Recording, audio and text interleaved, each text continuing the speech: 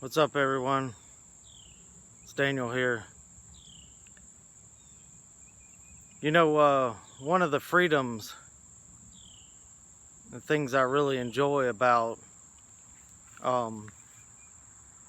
going my own way is I don't have to do things to impress women anymore. If I don't feel like trimming up, I'm not going to. If I don't feel like combing my hair, I don't care. If I got a raggedy ass t-shirt with holes all in it, it doesn't bother me. It's comfortable. But when you don't have a standard to live up to, you don't have a woman to try to impress, your life becomes so much easier, so much simpler. It literally cuts about half of your responsibilities out of your life because you're not doing things to impress women anymore. You're just doing things that you want to do and doing things for yourself and doing things to survive. That's it. The bare necessities. But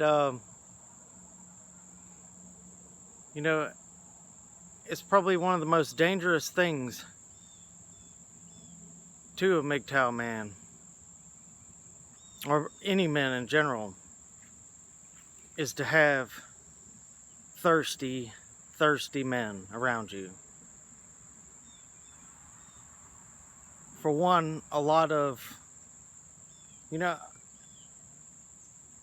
I'm fairly certain that every single man who's a heterosexual man has urges to procreate with women. It's just there. It's natural. Y'all gotta bear with me. I got a storm coming up. This was last chance I had. So if it starts pouring rain, just hang on for the ride.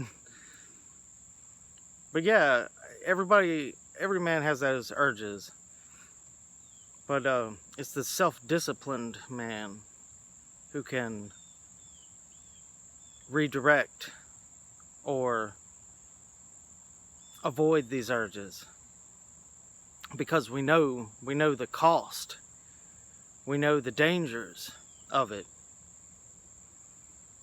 But it's dangerous to have thirsty men around you, because they're backstabbers. No matter how loyal you think they are, and how much of a brother they are to you, or how much you think that they love you, and they proclaim it, and they say, brother, I'll be by your side, thick and thin. I'll always be there for you. You're like family to me. And next thing you know, they're throwing you under the bus to get with a woman.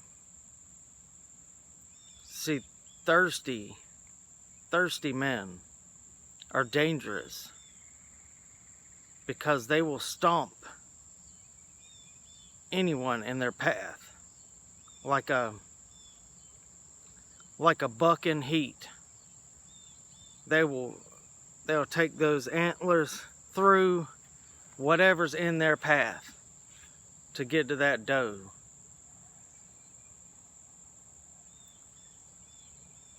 And if you happen to be standing there,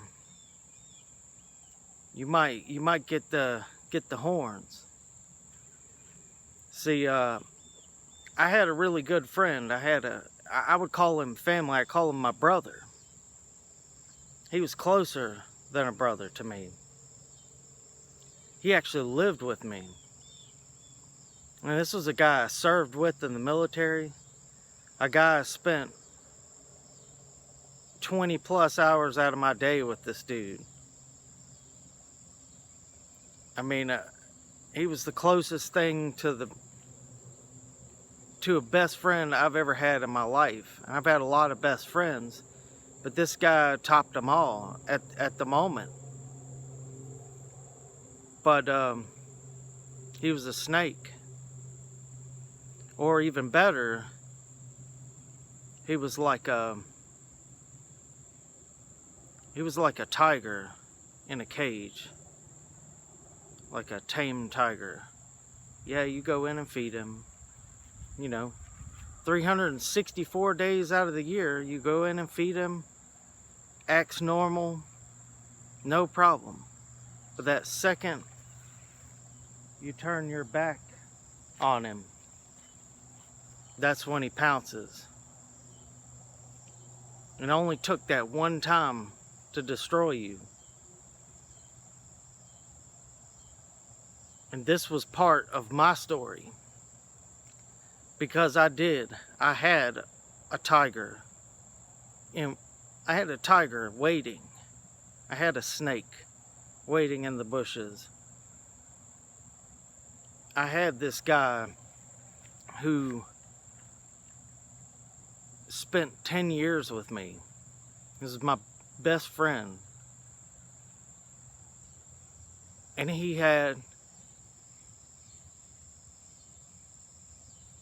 every opportunity to have loyalty, to prove his worth, to show that he was loyal, not just say it.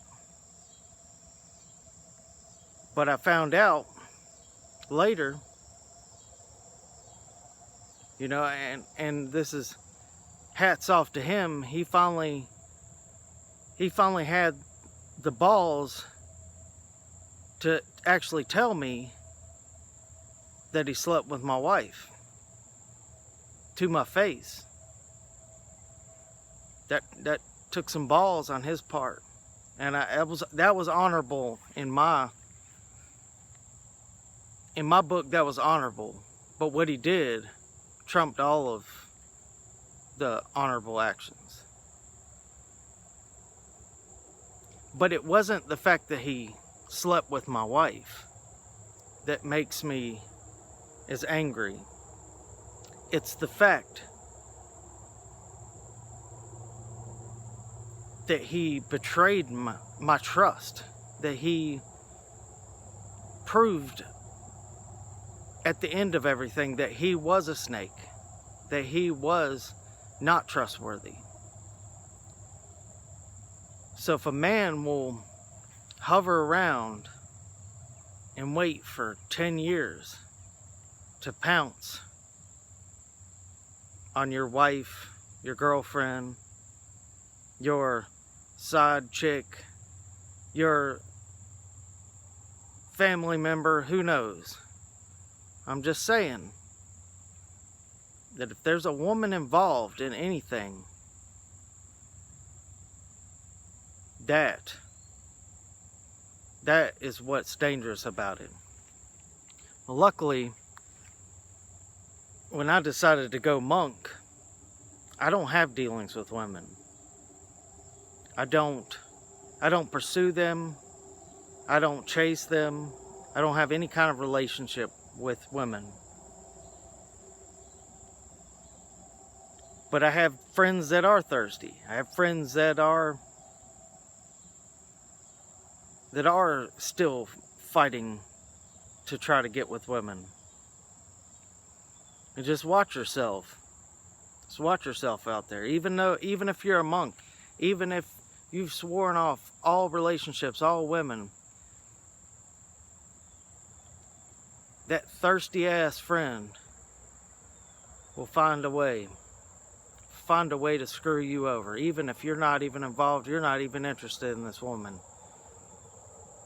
It's called triangulation.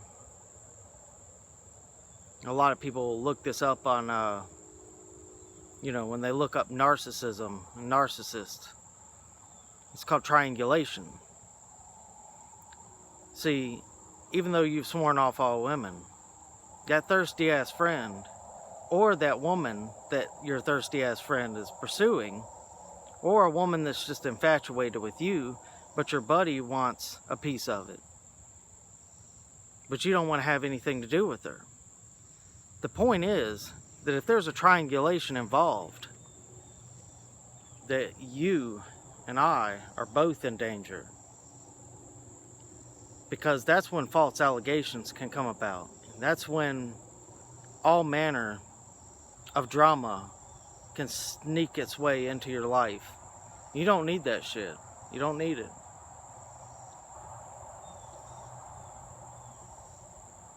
So, guys, tame your thirst. Be careful out there and avoid these desperate, thirsty men. Because they won't even think twice before destroying you to get to that. No matter how honorable you think that they are, no matter how respectable they are, if they're thirsty and desperate and they don't have self-control, you're at risk. So just guard yourself from that. And go your own way. Find your own freedom. Away from all this. Away from all the drama. Y'all take it easy. I'm going to shut this down before the storm comes.